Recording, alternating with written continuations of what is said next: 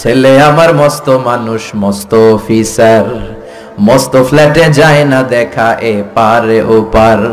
নানান রকম জিনিস আর আসবাব দামি দামি, সবচেয়ে কম দামি ছিলাম একে মাত্র আমি। ছেলের আবার আমার প্রতি অগাধ সম্ভ্রম, আমার ঠিকানা তাই বৃদ্ধাশ্রম। এজন্য আল্লাহ ডেকে বললেন, খবরদার, বাবা মারে বৃদ্ধাশ্রমে রেখে এসো না। তোমাদের জ্বালা যন্ত্রণা বাবা মা সহ্য করেছে, তোমারে ঘর থেকে বের করে দেয় না, এতিমখানায় রেখে আসে নাই।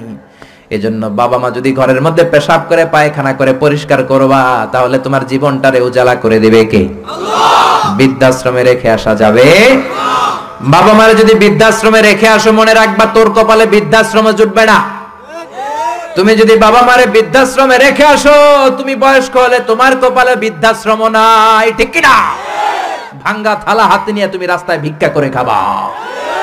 এজন্য আল্লাহ বললেন, ইহসানের প্রথম ব্যাখ্যা, ইম্মা ইয়াবলুগান্না ইনদাকাল কিবারা আহাদুহুমা আও কিলাহুমা ফালা তাকুল লাহুমা উফ।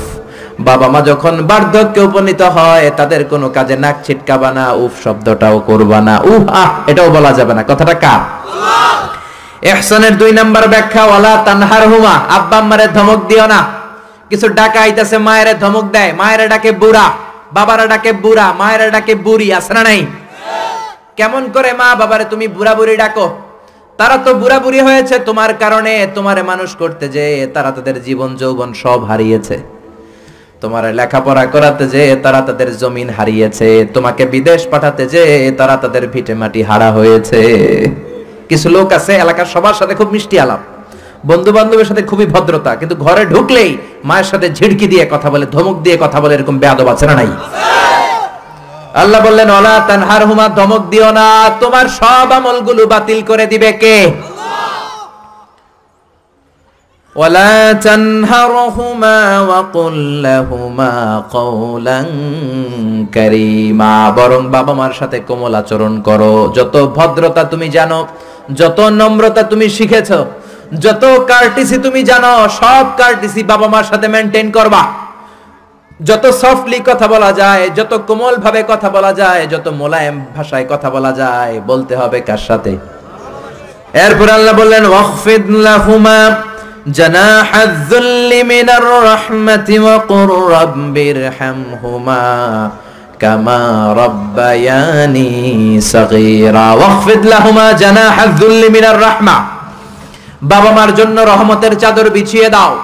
তোমার যত সম্পদ আছে মা বাবার পায়ের সামনে বিলিয়ে দাও, তোমার জীবনে বরকত দিবে কে? আল্লাহ। এজন্য প্রথম বেতন পেলে টাকাটা দিবেন মায়ের হাতে, গিফট কিনলে আগে দিবেন মাকে। বউরে দিবেন না ওটা বলতেছে না, বউরে তো দিবেনই, কিন্তু আগে মায়ের হাতে কিছু দিবেন, তাহলে আপনার ইনকামে বরকত দিবে কে? আল্লাহ। আর বাবা মা একজন কিংবা 2 জন যদি দুনিয়া থেকে বিদায় নেয়, বাবা মার কবরের সামনে দাঁড়িয়ে চোখের পানি ছেড়ে তোমরা পড়ো, রব্বিরহামহুমা কামা রাব্বায়ানি সাগীরা ওয়া কুর রাব্বিরহামহুমা কামা রাব্বায়ানি সাগীরা। কবরের সামনে দাঁড়িয়ে আল্লাহরে বলেন, আল্লাহ, বাবা মা ছোটবেলা যেমনি আমাদেরকে আদর দিয়ে, সোহাগ দিয়ে, ভালোবাসা দিয়ে আগলে নিয়েছে, আমার বাবা মা ইন্তেকাল করার কারণে তোমার কাছে যাওয়ার পরে তুমিও আদর আর ভালোবাসা দিয়ে আমার বাবা মাকে কাছে টেনে নিও। পড়ে না আমিন? আর জোরে পড়ে না আমিন? এজন্য আল্লাহর ফয়সালা 2টা। জোরে বলেন কয়টা? সবাই বলেন ফয়সালা কয়টা? 2টা। 1 নাম্বার ফয়সালা, ইবাদত হবে একজনের, তিনি কে? আল্লাহ। 2 নম্বরে খেদমত করতে হবে কার? বিশ্বনবী বললেন, এই পৃথিবীতে যত ভালো আমল আছে তার মধ্যে শ্রেষ্ঠ ভালো আমল হচ্ছে মা বাবার খেদমত, বিররুল ওয়ালিদাইন।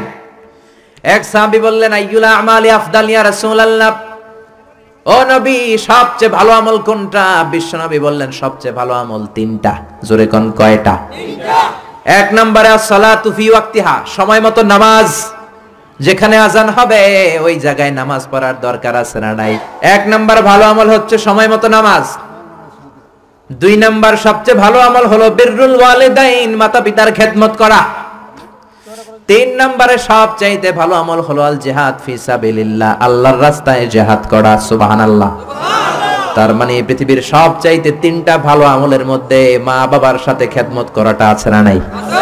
এই পৃথিবীর সবচেয়ে ভালো আমল যে তিনটা, এর মধ্যে মা বাবার খেদমত করাটাও আছে, ঠিক কি না? আর এক হাদিসে বিশ্বনবী বললেন মা বাবার খেদমত করা জিহাদের চেয়ে বেশি সওয়াবওয়ালা। এক সাহাবী আসলেন, জা রাজুলুন ইলা রাসূলিল্লাহ ইস্তাযিনুহুল জিহাদ, এসে বললেন ও নবী জিহাদে যেতে চাই, জিহাদে যাওয়ার অনুমতি দেন। বিশ্বনবী বললেন ও সাহাবী ঘরে আব্বা আম্মা আছে নাকি? সাহাবী বললেন আছে। বিশ্বনবী বললেন ফাফিহিমা ফাজাহিদ, ঘরে যাও বাবা মার খেদমত করো, বাবা মার খেদমত করলে ঘরে বসেই জিহাদের সওয়াব পাবা। বাবা মার খেদমত করলে ঘরে বসেই জিহাদের সওয়াব পাওয়া যায়। চিল্লায় পড়েন আল্লাহু আকবার। এজন্য বাবা মা খুশি হলে আরশের মালিক খুশি, বাবা মা নারাজ তো আরশের মালিক নারাজ। এজন্য বিশ্বনবী বলতেন রিদার রাব্বি ফি রিদাল ওয়ালিদ, বাবা মা যদি খুশি হয় আল্লাহ খুশি হয়। ওয়া সাখাতুর রাব্বি ফি সাখাতিল ওয়ালিদ, বাবা মা যদি নাখোশ হয়ে যায় আরশের মালিক আল্লাহ নাখোশ হয়ে যায়। এজন্য বাবা মার কাছ থেকে দোয়া নেয়ার দরকার আছে না নাই? বিশ্বনবী বলতেন জান্নাতে দুইটা স্পেশাল দরজা আছে, একটা দরজার নাম আব্বা, আরেকটার নাম মানে আল আব, আরেকটা আল উম। এই দুইটা দরজা আমাদের ঘরে আছে না নাই? এজন্য বিশ্বনবী বলতেন দুইটা দরজা তোমাদের ঘরে আছে, হুমা জান্নাতুকা ওয়া নারুক, বাবা মাই তোমার জান্নাত, বাবা মাই তোমার জাহান্নাম। এজন্য বাবা মার সাথে কেমন আচরণ করবা তোমাদের decision, the decision is yours. তুমি ডিসাইড করবা তুমি জান্নাতে যাবা না জাহান্নামে যাবা।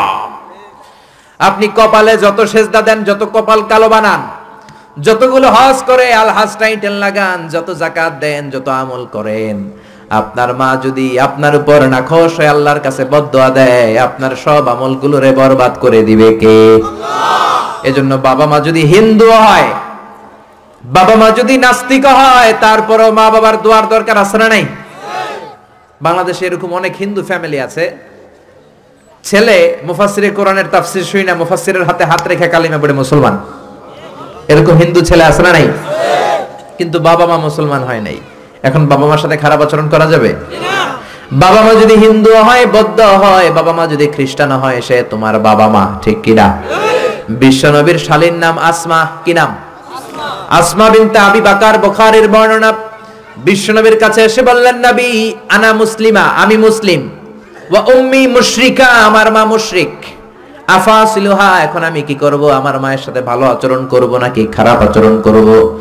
বিশ্বনবী বললেন খবরদার সিলিহা, তোমার মায়ের সাথে তুমি ভালো আচরণ করবা। বাবা মা মুশরিক হোক, কাফের হোক, তাদের দোয়া, তাদের আশীর্বাদের দরকার আছে না নাই? সাইয়েদনা ইব্রাহিম জালিল কাদের পয়গম্বর, ঠিক কি না? উলুল আজমি মিনার রসুল, খলিলুল্লাহ, মুসলিম মিল্লাতের জাতির পিতা, চিল্লায় এখন ঠিক কি না? কিন্তু ওনার আব্বারে উনি কালেমার দাওয়াত দিতে পারে নাই, দেওয়ার পরেও মানে নাই বাবার নামাজ, তারপরে উনি বাবার সাথে খারাপ আচরণ করেছে নাকি? মোলায়েম ভাষায়, কোমল ভাষায়, আদবের সাথে বাবার ডেকে বলেছে ইয়া আবাতি লিমা তা'বুদু মা লা ইয়াসমা'ু ওয়া লা ইউবসিরু ওয়া লা ইউগনি আনকা শাইআ। ও আমার সম্মানিত পিতা, কেন ওই মূর্তির ইবাদত করেন? 10টা হাত এরকম বের করে দিয়ে দাঁড়ায় থাকে, জিহ্বা বের করে, সামনে থাকে মিষ্টি, রসমালাই, দুধ, কিচ্ছু খেতে পারে না, মাছি বসলেও তাড়াতে পারে না, ঠিক কি না?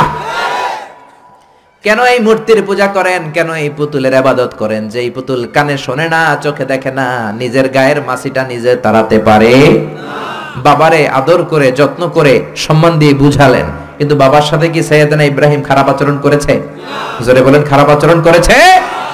এজন্য বিশ্বনবী বললেন খবরদার, মা বাবা কত রহমত থাকলে মানুষ বোঝে না, যখন চলে যায় তখন বোঝে, কিন্তু তখন বুঝলে লাভ হয় না, ঠিক কি না? যতদিন বাবা মা বেঁচে থাকে বটবৃক্ষের মতো ছায়া দিয়ে থাকে, ছাতার মতো মাথার উপর দাঁড়িয়ে থাকে। ও মিয়া, বন্ধু চলে গেলে বন্ধু পাওয়া যায়, ওয়াইফ চলে গেলে ওয়াইফ পাওয়া যায়, টাকা চলে গেলে টাকা পাওয়া যায়। জনম দুঃখিনী মা যদি দুনিয়া ছেড়ে চলে যায়, মারে আর পাওয়া যায় নাকি?